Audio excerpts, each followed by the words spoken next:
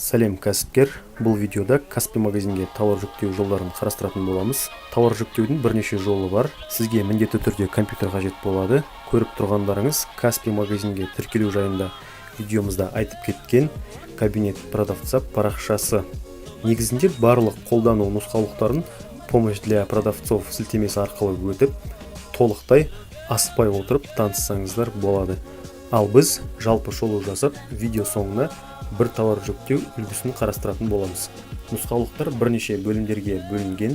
Негізгілеріне келсек, как начать продавать в магазине, яғни сауда жасап бастау үшін сізге алдымен тауар емес, склад немесе магазинді енгізу керек. Өйткені склад немесе магазин енгізілмейінше тауар жүктелінбейді. Ол жайында да толығырақ видео соңындағы мысалда айтатын боламыз. Тауар қосу нұсқаулығына келсек, егер сізде тауар саны шағын ғана болса, және сіз жүктегелі тұрған тауар Каспийге сатылымда болса, онда обработка товаров бөліміндегі привязка к существующим системе товарам деген нұсқаулықпен таныссаңыз болады. Ал егер сіз жүктегелі тұрған тауар тізімнен шықпаса, создание нового товара в личном кабинете бөлімшесінен таныса аласыз. Егер сізде енгізетін тауар саны көп болса, бір-бірлеп жүктеп отырмас үшін самостоятельная загрузка информация о товарах бөлімшесінде бірнеше тауарды бірден zip файл арқылы жүктеуге болатындығы жайында нұсқаулық ұсынылған. Және Каспий магазинмен өздігіңізбен жұмыс жасау қолыңыздан келмей жатса, Каспий технологический партнер бөлімінде сіздерге IT мамандарында ұсыныпты. Келесі компаниялардың номерлеріне хабарласып, келіссеңіздер де болады. Каспий магазинге қатысты мамандармен байланысу үшін Каспий сіздерге арнап онлайн чат қызметінде қосып қойған.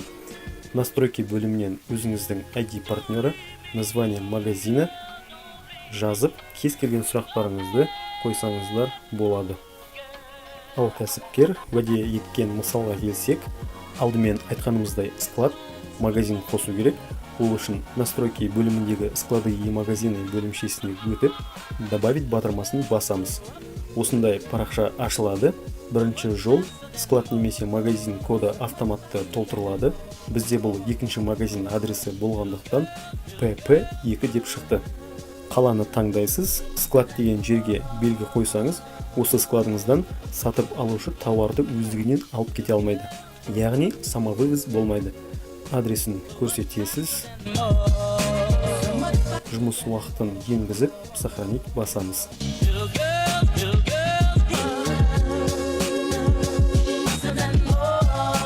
Сіздің склад магазиндеріңіз осы тізімнен шығып тұрады.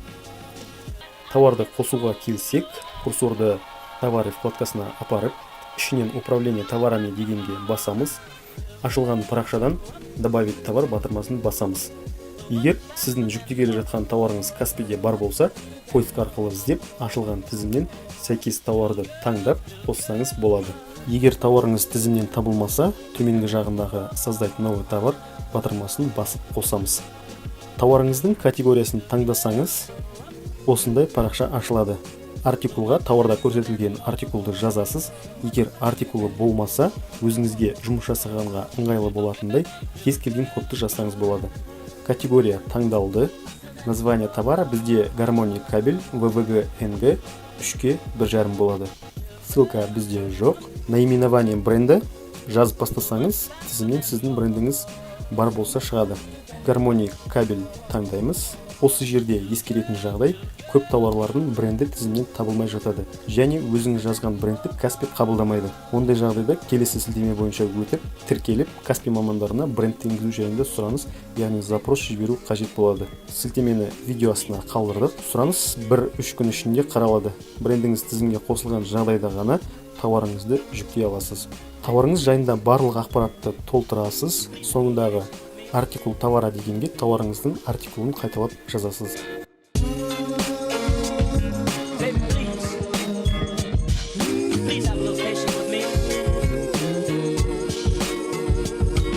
Плюсті басып сурет қоямыз. Сурет сипаттамасы мына жердегі шарттарға сай болуы тиіс. Далее басамыз. Келесі бетте тауардың бағасын енгіземіз. Егер сіздің складтарыңыз әртүрлі қалаларда орналасқан болса, әр қалаға арнайы бөлек баға енгізе аласыз. Тиісті ақпаратты көрсетіп, сохранить деп бассақ, поздравляем, ваш товар успешно добавлен деп шығады. Тауарыңыз Каспи мамандарымен 3-10 күн ішінде тексерістен өтіп, сатылымға қойылатын болады. Егер сұранысыңыз тексерістен сәтті өтсе, тауарыңыз товары управление товарами бөлімінен шығатын болады. Товары нераспознанные товары бөліміне өтсек, тексеріске жіберген тауарыңыздың статусын қарауға болады. Отправленные запросы бөлімінде біздің жіберген тауарымыз шығып тұр. Егер тауарыңыз тексерістен өтпесе, в обработке требует уточнения немесе отклонены бөліміне өтеді. Отклонен болса, запросыңызды ашып, не үшін қайтарғаны себебін қарасаңыз болады. Ал кәсіпкерлер, видео пайдалы болды деп сенеміз. Келесі видеомызда сұраныс болып жатса, Каспи магазинде заказды өңдеу және доставка, Каспи доставка жайында айтатын боламыз. Сәттілік, каналға тіркеліп, лайк басуды ұмытпаңыз.